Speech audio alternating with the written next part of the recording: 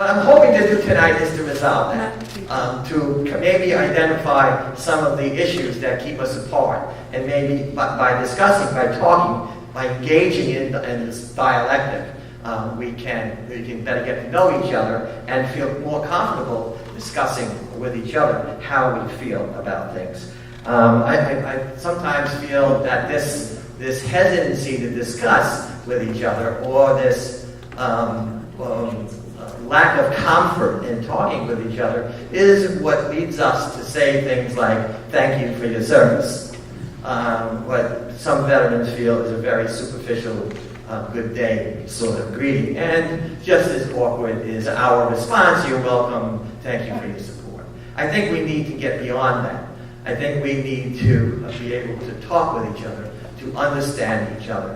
And we want you to. We want you to understand the experience. Now, you have to remember as well that the experience of veterans who served in war may be significantly different from veterans who didn't. What we have more veterans here tonight, so we're kind of going to get a kind of a one-sided view, which is okay, I think, and maybe we can just go from there and see what happens. So my plan here is that this will be an evening in which we try to overcome obstacles. And it's a time of coming together. It's not a time of divisiveness or political debate. Okay, so now I have asked members of the panel, and I don't know how possible that's going to be. I have asked members of the panel to the best of their ability to refrain from engaging in political rhetoric or making political judgments. And I will ask you as well to do the same during the times of discussion and question. Let's keep that. We can have another discussion some other time about our politics. But tonight, let's just try and put that all aside and just talk as friends. That's what we want to do tonight. We want to just overcome all that and talk as friends. And this coming together of friends and even family members. So fight the good fight. Stand up for what you think is right. But tonight, we're just going to have reasonable, civil discussion, seeking common ground, mutual support, and our well-being. So the plan tonight, although this is going to come as a surprise to some of our panel members because I kind of changed it at the last minute. The plan tonight is that I'm going, as moderator, I'm going to pose a series of questions that I will ask the panel members to think about, answer, and then to discuss, first as individuals and then as a group. And since our intent is to begin a constructive dialogue, once we have done that, I will then ask you as the audience to respond to the same questions or to how the veterans handled that. So we're going to break it up into probably 4 different segments, each one handling a specific question. Now I have some ground rules. Now here are some of the ground rules. Be respectful. We're going to be respectful of you, and we hope you can be. And I don't see that as being a problem.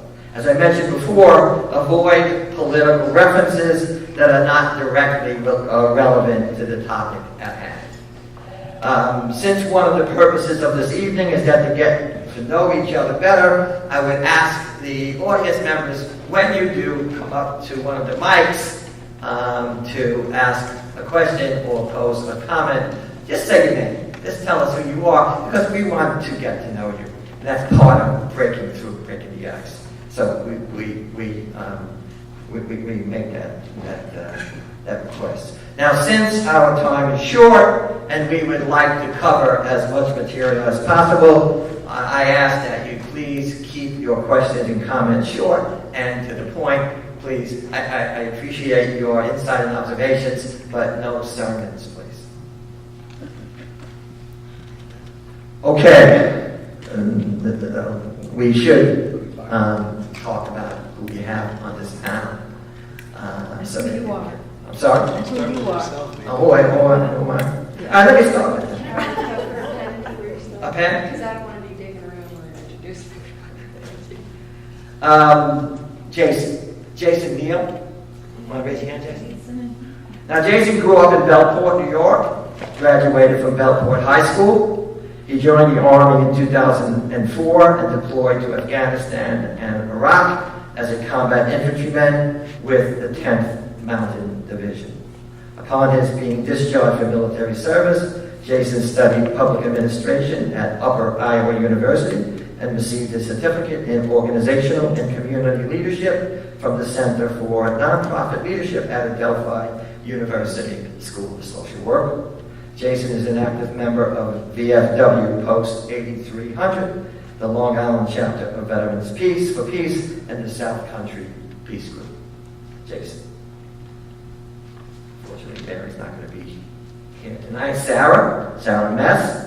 Sarah joined the Army at 20 years of age, served for 8 years. Sarah is a veteran of America's involvement in Somalia. Oh, were we in Somalia? Where she served. That's just one of her pet peeves, so that's why I didn't. Where she served as an operating room technician. In addition to working in the OR, Sarah's responsibilities also included camp and convoy guard duty. Upon her discharge from military service, Sarah dealt with her experiences by becoming a voice for veteran issues, by writing poetry, and by participating in the very successful Warrior Riders program. And the reason why some people who know Sarah applauded when she came in is because she has a great reputation for her poetry, and we're really happy that she decided to come all the way from Jersey to join us. Raymond Zbikowski, we call him Ray, is a United States Navy Vietnam veteran who deployed to Vietnam in 1972-73. Ray was stationed in Da Nang Air Base, where he supported Operations Linebacker 1 and 2. Upon his discharge from service, Ray eventually ends up at the Northport Veterans Administration Medical Center, where he worked for some 33 years as a licensed clinical social worker, during which time he was primarily assigned to the emergency department and was instrumental in the early development of the VA primary care clinics. Additionally, Ray was Northport's first combat veteran case manager and also helped to develop the OIF program, which provides veterans from Afghanistan and Iraq with a variety of clinical and supportive services. Ray has recently retired. Last but certainly not least, the young kid on the panel, Bill Coquel. Bill enlisted in the Army in 1960, spending 3 years assigned to the elite, and I say elite, 82nd Airborne Division. He was soon sent to South Korea, and because of the Cuban Missile Crisis threat, spent some 16 months in country, 10 months of which was at the DMZ that separated North from South Korea. On his return to the States, Bill was stationed at England Air Force Base in Florida in preparation for an expected American invasion of Cuba, which we know happened. He was honorably discharged from military service in 1963. Bill is a senior member of VFPLI and of South Country Peace Group. My name is Dr. Camilo MacBega. Please call me Mac. I am a philosopher, professor at the School of Visual Arts in Manhattan. I am also a Vietnam veteran. I was a platoon commander in Vietnam, the Marine Corps. I don't know, that's it. That's who I am. Anyway, I want to begin now with, I mentioned a series of questions that I will first ask the veterans to respond to and talk about, and then we'll give it over to you to see how you feel about it. The first question. Upon learning that you served in the military, many civilians often feel the need to refer to you as a hero and to thank you for your service. Well, let me ask, how does that make you feel? Do you think civilians are sincere in this? Do you believe they really understand what it is that they are thanking you for? Who wants to take a shot? I'll go first. Can you hear me? Right, whenever somebody tells me thank you for your service, I tend to cringe. I give them the complimentary thank you. But what they fail to realize is what are they thanking me for? I was involved with naval aviation, and my squadron flew support missions for the fighter bombers that were bombing both Hanoi and Haiphong in 1972 into 1973, including the infamous Christmas bombing. And I had a friend that worked up in the operations division of my squadron, and he was telling me that many of the targets that were being hit, well, my squadron was electronic countermeasures, so we were doing jamming, we were doing reconnaissance, rather than the actual bombing. But the fact that we were part of that, I found out that many of the targets were civilian areas with no military value. So as a result of that, I've always felt a lot of guilt about that, and I feel a lot of shame about having participated in such an atrocity. So whenever somebody tells me, thank you for your service, as I said, I'll give them the complimentary thank you. But I want to tell them, do you know what you're thanking me about? Do you know what I did? Do you know what I participated in? I hold my tongue, but I would like to have somebody just engage me a little bit, other than that complimentary thank you. Good. Yeah, thank you for coming tonight, and Bill, get closer to the Yeah, mic. the mic's a very limited range. It's got to be yeah, honest. I would like to say that first of all, I can consider myself one of you, a civilian. I've been a civilian, say, for 70 years, and 3 of those years I was in service.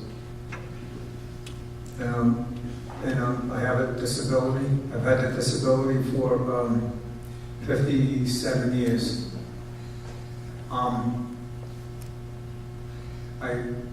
First of all, I do not consider myself a hero. And I recently, I'll share an experience I had. I was Home Depot. They give veterans a 10% discount, which is very nice of them. And they tell the cashiers to thank the veterans, and you produce your identification card. Well, anyway, this a lady, she was about 60 years old, and she said to me, "Thanks for your service." And I thought for a second. I don't really have an answer for that, but I thought for a second. And I said, I wonder if I had to do over again, would I do it? And she said, "You wouldn't believe how many veterans say that." On the same token, though, the things that I experienced in the service, I'm glad I did go in. I was in the South. I was stationed in the South in 1960 during the race problems down there, and I had a lot of experience with that, and I'm grateful for that, because today I can be part of trying to change the way things were and are today. Thank you.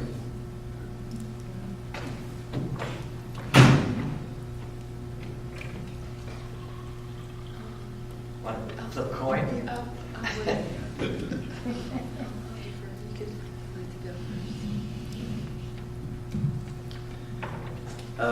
one of the things that was often repeated to us while we were in basic training and over again every day after that was that heroes are the ones that don't make it back. So we never considered ourselves to be heroes, and we still don't, and I don't think that any one of us should. You do the work that's given to you, and when I was a kid, I was involved in an organization called Civil Air Patrol, which is the auxiliary of the Air Force. And one of the things that I learned in Civil Air Patrol served me well during my time in the military. When I went up for my first flying lesson, the pilot turned to me and he said to me, "There's only one thing you have to remember if you're going to be in an airplane, and it applies if you're going to be a leader, and that's if you're going to be boots on the ground or in an aircraft or on an ocean, it doesn't matter." He said, "Think of this. There are old pilots and there are bold pilots, but there are no old, bold pilots." So there are no heroes except for the ones that don't come home. And that's the way that I've always looked at it. In terms of how we greet people and how they greet us and that sort of thing, people often ask me how my day is going, and I have a uniform response about 99% of the time. When they ask me how I'm doing, I say, "It's another day in paradise." When I was deployed in Afghanistan and miserable, and when I was deployed in Iraq and miserable, I had a first sergeant who, whenever anybody asked him what kind of day he was having, he responded, "Living the dream, I'm living the dream." And I came to hate that with a passion. And I said, "This guy's dream is my nightmare. What's he talking about?" But I thought about it, and I realized that this is what he said to himself to make it through his day, and to make it through his deployment, and to make it through his life. And the other thing that I realized is that it was a mindset that if he can think of surviving these conditions as living the dream, then when he gets back home, everything's gravy. So when I came back home, from the day that I stepped stateside from being downrange, I realized that I had to have a similar kind of mindset to what my first sergeant had. But I couldn't bring myself to say, "Live in the dream." And so I adopted Another Day in Paradise, and it was from this country song that played relentlessly while I was deployed, which is, "When you've been where I've been, any kind of life is like paradise," right? You all know this country song, right? And so after having heard this song repeated over and over and over and over again, that became my mantra. And Debbie, who's here with me, will tell you, and as I've told her many a time, when I was in Iraq on my second deployment, I had my own theme music playing in my head. And that theme music, I believe, helped me to survive the experience. So now, when I am having a particularly good day or a particularly rough day, most people can't tell the difference because I'm just having another day in paradise. And that's exactly what I say to them, and I have that same smile on my face. And as far as they know, everything is gravy. So then the second part of that is that when they ask me, or when they say to me, "Thank you for your service," my stock response is, of course, "Thank you for your support." And for those who want to engage after that, I do engage them. A lot of people don't. They feel that that's the end of the exchange, you know. they've given me their ticket, and I've punched their ticket, and they can move on their way, and that's all that they wanted, and that's fine. But what I found is that when they say thank you for your service, and I say thank you for your support, there's usually a pause in that moment, and if we make eye contact in that moment, that eye contact creates an opportunity for dialogue. And Debbie will tell you that dialogue has often led to me being late to wherever I'm supposed to be next. But it happens. The opportunity is there. There are a lot of times when someone will say thank you for your service and they never even look you in the eye. But for the ones that do, there is that opportunity to engage when you do respond to them. And I think that that's the reason that we're here tonight. Because as much as we want people to know what we want to say to them, what's also as important is we know that there are things that we want to have shared with us from people who've been here, who haven't gone to war, who haven't been deployed, who haven't, and that's the thing. There's a relatively small percentage of people who've been affected by war in America, a very small percentage. But there's an opportunity for us to have a dialogue with those people so that they know what's going on.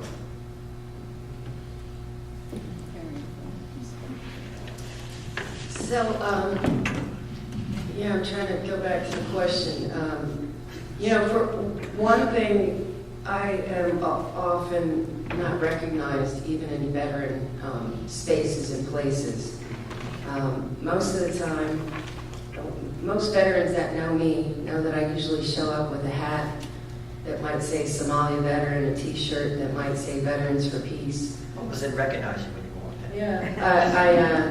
Yeah. I almost always wear my dog tags, and it took me a long time to put them back on, and we could talk about that. But it fillets me wide open each and every time.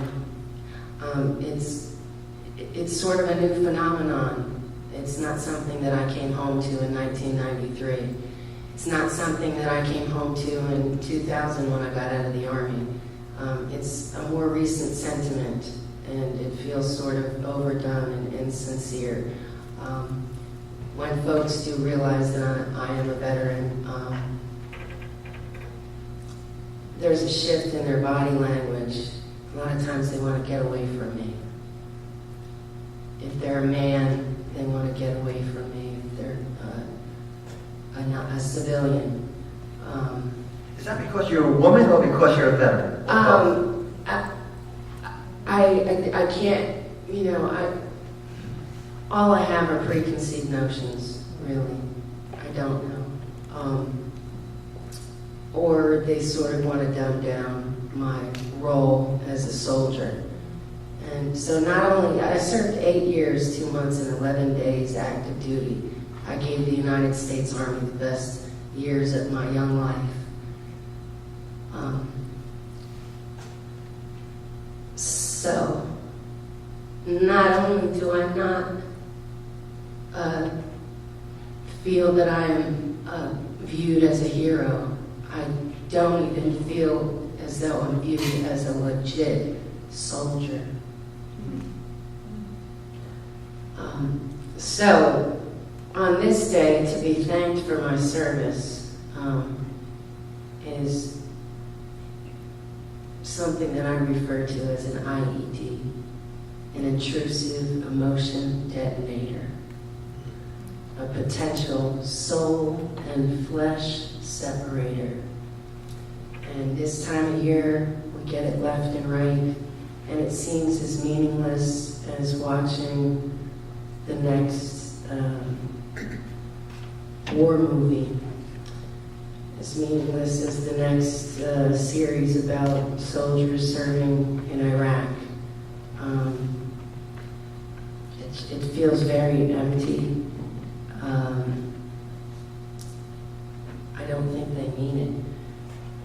think they want to talk to the guys, and they want to feel good about that. I think they don't know how to feel about me serving. Yeah. That's sad.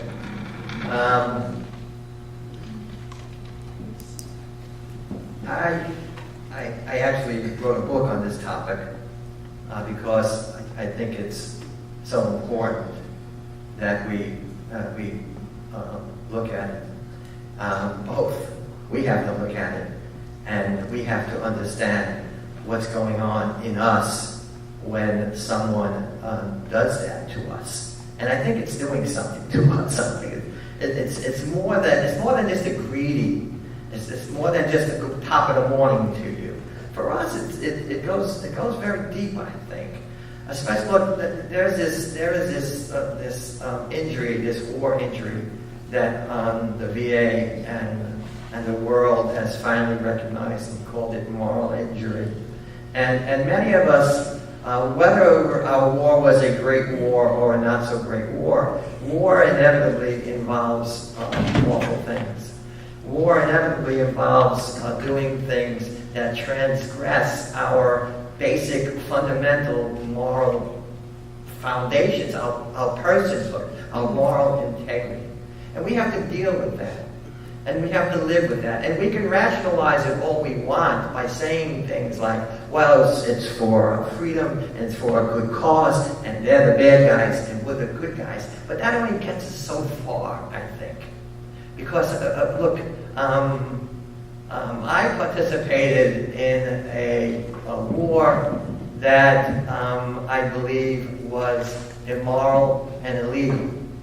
And it was pretty, although I was a gung-ho Marine when I came out of basic school in Quantico and went to Vietnam, it didn't take me long to start to ask these kinds of questions. What is it that I'm doing? Am I doing the right thing? Am I truly here to help these people be free?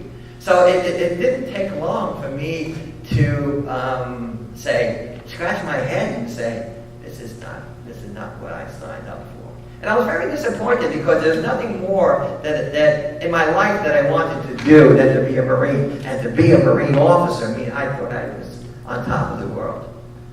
So if you can understand, I think, the kind of letdown that was for me when I started to question the legitimacy of what I was doing. And then we have to live with that. When someone says, thank you for your service, first of all, I'm not sure I truly believe them. I'm not sure. As was said before, I don't think they really understand what is the service that we provided. I killed people and blew shit up. That was my service. Do you think that's something to have gratitude for? For what? Was I defending, are we free today because of what I did in Vietnam? No. My service in Vietnam had absolutely nothing to do with maintaining the freedom, the values of this country. Vietnam posed no existential threat to our freedom, to our values. It was a colonial, imperialistic war of aggression. Now, I know people say, oh, that's what it was. That's what it was. It was a war based on lies and deception. But that's for another time. So when people say that to me, I cringe, and I don't even thank people for their support, because I just can't do that. I just can't do that because I don't believe there's any support. Because if there was, we wouldn't have 22 some odd veterans a day committing suicide. What a national disgrace that is. Veterans have a greater propensity to be homeless, to be alcoholics, to die of overdoses of narcotics. I mean, this is not the way we thank veterans for their service.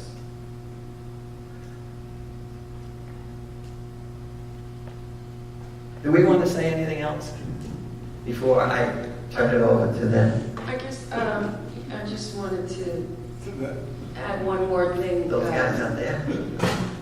You know, I served in the war in Somalia, and that is just so foreign to most people. especially 25 years later. And there really is not much documentation. You have to sort of scour the internet to really find out what went on there past the Hollywood movie, Black Hawk Down.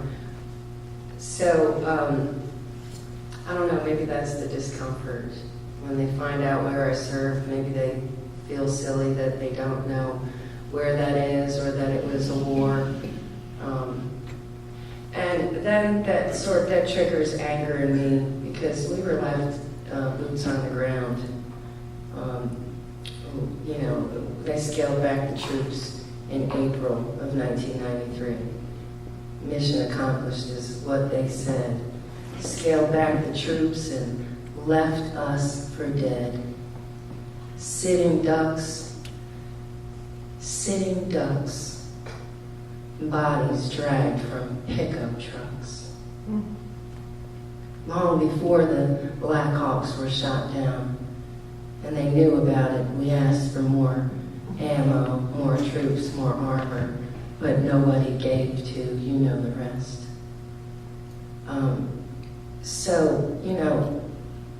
To be left behind on the ground, to come home, and then there's this sort of questioning of,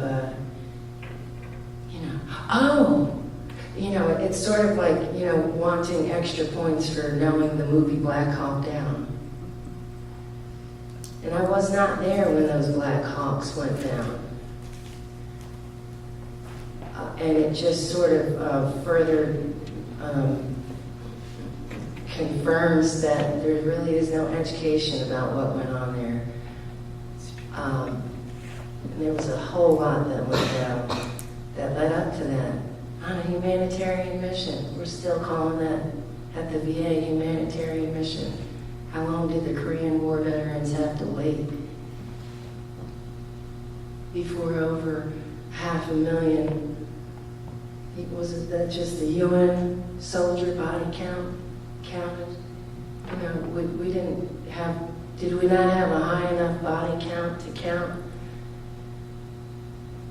Who decides what is a war? There's so much anger that comes to me, and it's hard to navigate sometimes, especially during this time of year, Memorial Day, which is compounded. That anger is compounded and multiplied and divided over and over with Happy Memorial Day. I mean, that we say that going in our 28th year of war. 28. I didn't make a mistake. It started in 1990. You want to find Don't ever say that. You want to find the lie? Learn that lesson. Don't wish someone a happy memorial. Well, yeah, but if you want to find the lie, just look for VA eligibility criteria for Gulf War veterans. Jason's a Gulf War veteran. Yep. He's a Gulf War veteran. I joined in 1992, thought the coast was clear, right? I'm a Gulf War veteran. I get, when did you get out? When did you serve? 1992 to 2000. Oh, you just missed it. Both times. How do I respond to that? It sends me right back to Mogadishu. Oh, right there. Right there. In seemingly benign spaces with good people and friendly faces that I don't want to be angry at or with. But again, it's an IED. I hear kids screaming, begging for water. Different things come to me that I convoy past at full speed. So much comes. Anyway, thank you. We good? Okay. Let me ask you, especially those who have in the past, you can admit it, wish someone or thank someone for their service. What were you actually thanking them for, or what do you think about what you heard? Well, let's dialogue between you and us. Anyone want to take a shot? Yes. Your name is? Oh, my name is Carol. Carol. I have said that. We have a mic set up right there. If you'd like to. And you can hold it, and you don't have to stand there. if you Oh, like. I'll get it. I'll get it later. I'm not a veteran of the service, but I have worked with a lot of students and veterans. I'm one of those. And I wanted to honor them, and I hate that phrase, but I don't know what to say. How do I say to you that, well, first of all, Jason, I'm glad in the morning when I wake up and I don't have a tag on my toe. That's what I said. When people say, how's your day going? I said, well, I woke up, I didn't have a tag on my toe, so everything was good. So at some level, we can connect with each other, even though our experiences are not the same and not the depth. We all are glad to be alive at this point in our lives, most of us, and hopefully so. And so I don't know how to say to you, wow, I can't even imagine what your experience has been like and how it has shaped your life. I don't know how to say. Why don't you just say that? How about namaste? Namaste's good, isn't it? The Namaste. spirit in me respects the spirit in you. Maybe we need to come up with some words that you think of that you would like to hear from someone who has a general. You can make eye contact if you can still see after 40, but we really do need a word, and we need your help. There's a lot of people who want to be sensitive, who want to be respectful, who appreciate the depth of your experience.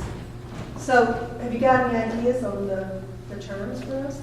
Well, that's what we're going to be working on tonight.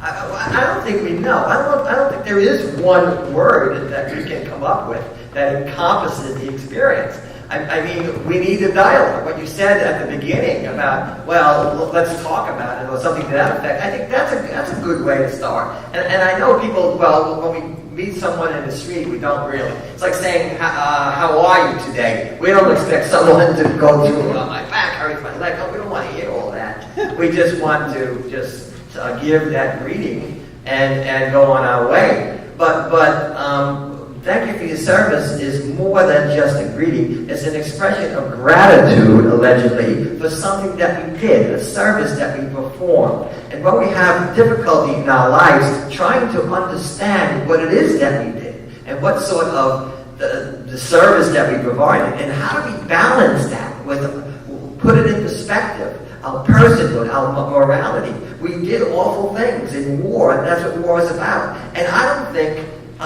you guys really understand that. I don't think you guys really understand how awful war is, and how we in this country are so good at taking an 18-year-old kid, subjecting them to the conditioning experience, the brainwashing that is boot camp, in order to turn them into killers. Human beings are not killers by nature. Human beings have to be created, and we're very good at that.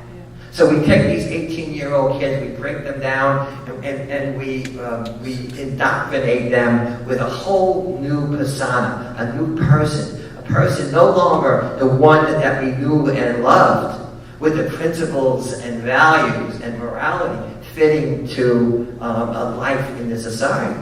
Well, that has no place on the battlefield. We needed to do away with all that. And we needed to instill in them, rather, a behavioral schema that is more fitting to the role they're going to be filling as warrior. There's no place for understanding, benevolence, compassion on the battlefield. Why in this country why are there like 8 movies and TV shows on now about the SEALs? Is it because we admire them? Well, what do we admire them for? Not for their ability to reason and their rationality and their compassion and their willingness to make peace. We admire them because of their hostility, of their ability to kill and kill well. These are the models that we hold up for our children to emulate. Yes, ma'am. I don't know. Your name? Sorry, my name is Harriet. I don't know how many of you volunteered, how many of you were drafted, yeah. And I want to know volunteer. Why did you volunteer? What did you expect? And when you got there, what did you find? What was the difference? Right. I'd like to address Carol's comment and then Harriet's. When I worked at the VA Medical Center at Northport, when we first developed the OIF-OEF program, it was just a nurse and myself, and we were flying by the seat of our pants. We really didn't know what to do. So we just kind of learned as we progressed. And I remember the nurse, who's now the program manager. Every veteran that came in, she would tell them, welcome, thank you for your service. And I cringed at that, and I told her, you don't say that to veterans, but she continued to do it. When I would meet a veteran, I would shake their hand, introduce myself, and I would tell them simply, welcome home. And then I would then start the assessments. Now, as far as your question, I was in the United States Navy, and how I got there was that in 1969, I got a draft notice from President Nixon. And at the height of the Vietnam War, there was no way I was going to be an infantryman. So I went down to the Navy Recruitment Center, and I enlisted in the Navy, thinking that, if anything, I'd be on a ship off the coast of Vietnam. That didn't happen. You know, I was an East Coast sailor, so I thought I had it made. In 1972, when the air war was escalated, a detachment from my squadron was sent to Da Nang to support the bombing of Haiphong and Hanoi. And it didn't take me long to realize that this was wrong. I mean, I just couldn't believe, I mean, it was not only the war, it was not only the callousness, but there was the corruption, the massive corruption, I mean, right up to the very top. So, I finally got hooked up with some GI war resistors, and I actually became a GI war resistor myself, where we actually started resisting the war. You know, some of us became functionally incompetent. Avionics were somehow broken that would ground the aircraft. So, you know, we did our part to try to end that war while still in country. So, would either of you like to comment on that?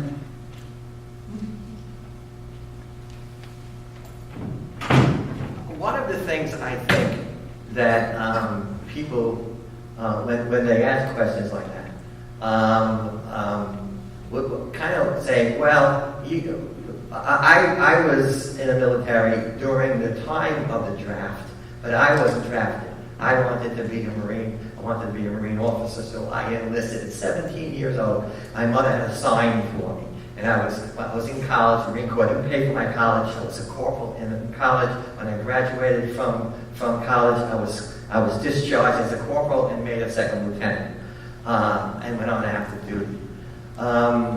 This is what I wanted to do. And now, look, we're not stupid. We know that, look, the Marine Corps, we're good at killing people. So you can't go into the military without realizing that one of the things you're going to be doing is to be killing people. So you have to be prepared in a way for that moral issue about taking life. But no one, I think, can understand the devastation and the horror of what war is, especially the insanity of war. I didn't expect to be fighting up a hill, killing people and having my people killed, and then the next day someone tells me to come back down. Why? I don't understand this. We just took this hill. Yours is not the question why. And we came back down. But 2 days later, I have to go up and take the same hill to get killed and to kill people again, doing this 3 or 4 times.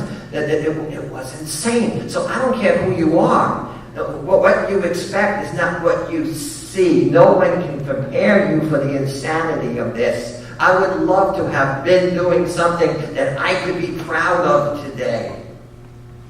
I would love to have. I wouldn't have to deal with this moral injury issue, questioning what kind of person am I to have done that. Well, one other quick response. What I started talking about before, how we condition kids to go and fight in war, and we're good at that. What we're not good at is the reverse. We have no reverse boot camp. Why is that? Why is it that we can take these young kids, these 17, 18-year-old kids, instill in them the sorts of behaviors that's going to help them fulfill their role on the battlefield, and then when their purpose has been completed, and we say, thank you for your service, we don't help them rehabilitate. There is no reverse process where we can kind of put aside those behaviors. I don't know if it's possible. I'm not sure it's possible, especially when we take kids 17 years old, 18 years old, at an important psychosocial point of personality development, indoctrinate them with these behavioral characteristics, and then have that behavior reinforced in combat. I don't know if you can undo that. But we don't even try. We don't have a reverse boot camp. We don't have a mechanism whereby we try and help them to readjust, to shed that. That's why today, even today, after 50 years, you'll see Vietnam veterans still walking around in combat gear. That's why we say, welcome home. Yeah, we're home in body, but we're not home in mind because we haven't been allowed to come home. Yes?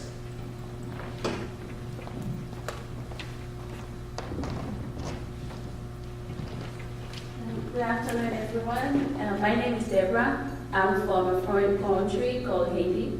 So I've been living here like for almost 3 years now. And, well, I don't think I ever say thank you for service to any veterans. I don't know why, but I never feel like it's something that I have to say. And since when I met Jason, so I've learned more. And I never really want to say that to anyone because I always observe their eyes when other people tell them that. Sometimes, because me and Jason, we always out to a lot of meetings and stuff like that. And we always among veterans.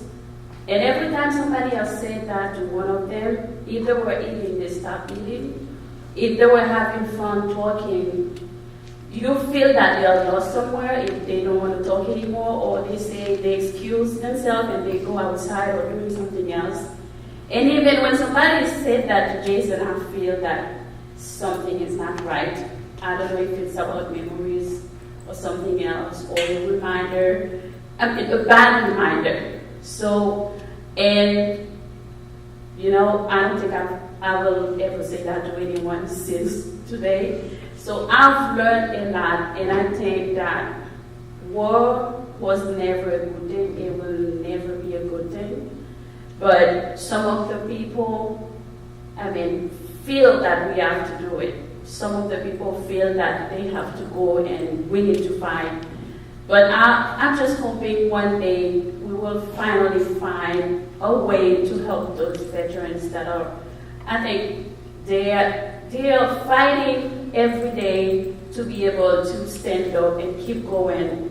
But, it's hard. I know it's hard because my fiance is a veteran, so I just hope that they will find a way to, we feel that they're living, they are still alive, they can go for work, they can reach their goals and live their dreams like they should. Yeah, that's what I want to say. I just want to personally thank you for your your sense of instinct, your sense of presence, for being present and listening and observing and picking up on that, because we do all those things. Heather, you want to say something? Because I do want I to. don't mind. I'm sorry? She has more to say. Oh, yeah, no, Oh, did that's you? fine. No, I just have one more thing Oh, to say. I just wanted to respond in regards to why did I enlist. I enlisted on what I refer to as a poverty enlistment. I'm a first generation American.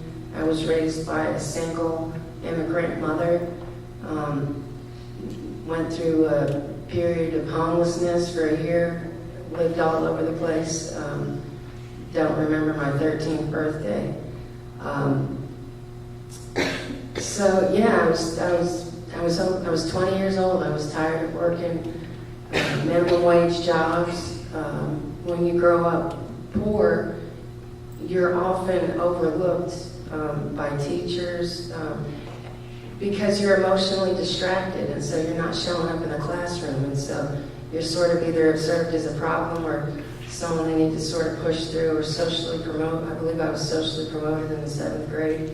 So, I didn't really think that college was an option for me. It was never a discussion that was had by any of my counselors. I was just sort of pushed along. So when I got out, I thought my lot in life was to, after being homeless, my dream was to never be homeless when I grew up. And I didn't really dream past that.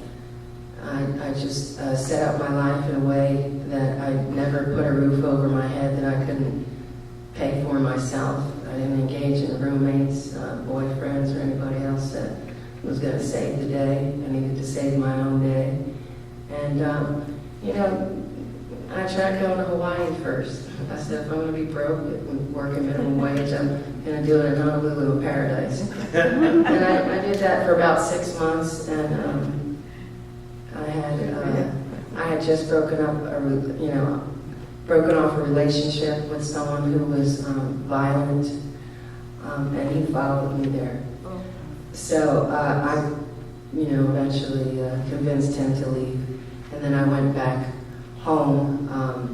He had injured my ankle, so.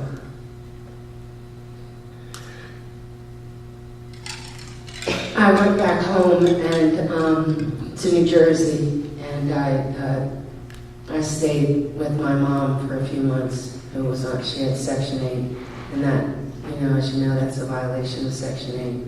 So I went to the service.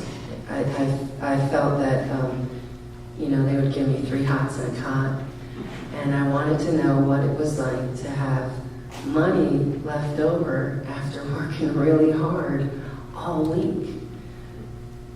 So a lot of times 40 to 60 hours a week, sewing the rent together.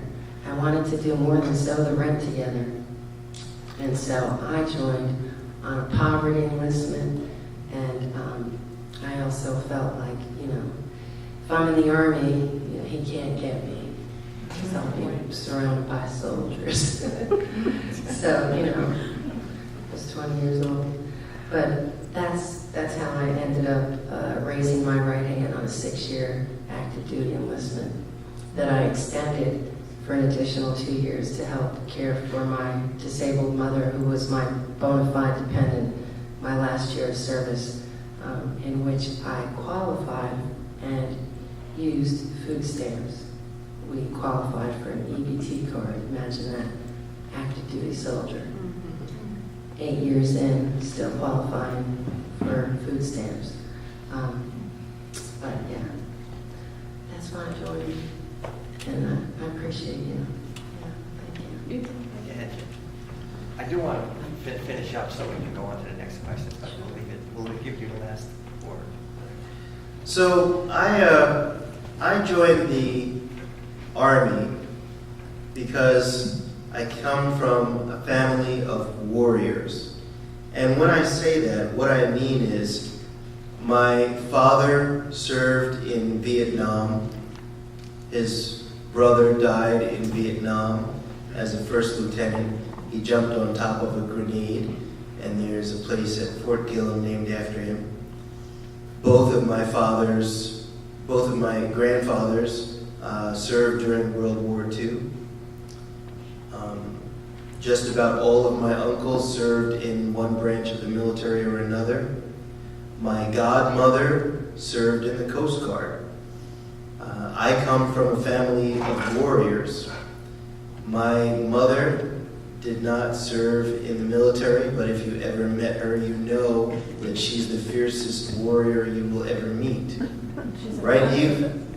She's a pacifist. Right? She's a pacifist, but she's a warrior, trust me.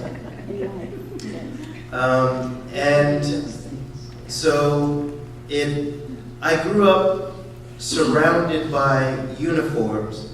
My father was a scoutmaster, so I was surrounded by Boy Scouts.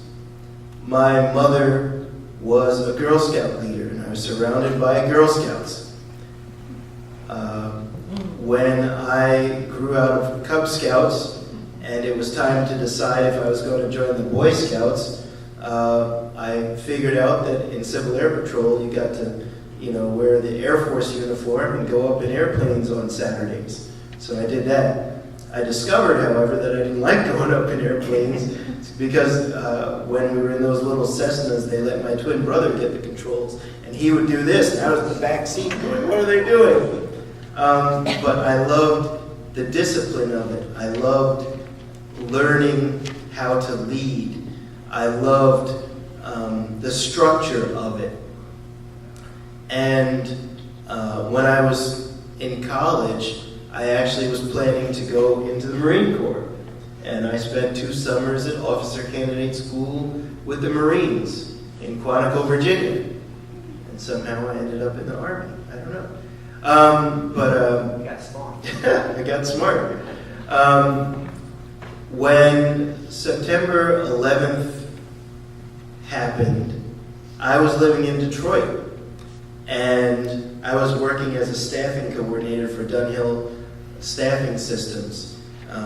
In short order, basically, I was a pimp. And when I say I was a pimp, what I mean was I had access to all the jobs, and I got to decide who worked and who didn't. I got to decide who got fed and who didn't. That's a pimp. And that's really what a staffing coordinator does. I shouldn't say that, right? But I was living in Detroit, and let's face it, that's in Detroit, that's what they call you. But that morning, I was responsible for going to a warehouse where I had about 30 workers who were being signed into this warehouse to work for the day. And so I signed in all of my workers, and I got in my car, and I was driving to my office on 8 Mile, and I turned on the radio, and I'm listening, and the music stopped in the middle of the song. And I thought, well, that's odd. And they said, we have an announcement. There's a plane that just flew into one of the towers of the World Trade Center. And I was like, yeah, this is some kind of joke. And, it's one of those morning radio shows, and maybe they're just trying to, get people riled up. And a couple minutes later, they said, it just happened again. There's another airplane that hit another tower. And I was like, well, this is just crazy. And I changed the station, and they were reporting the same thing. And I changed the station again, and they're talking about the towers falling down, burning, people jumping from however high in the sky. And I got into the office, and I'm like, this can't be real. And I never used to turn on the television set in the office. I hate background noise. But I turned on the TV, and my jaw dropped. Clouds of smoke billowing up, and people falling down, and tears coming into my eyes. And I sent everybody in the office home. And I called my boss, and I said, we're leaving, we're going home. And she said, why? I said, turn on your TV. And I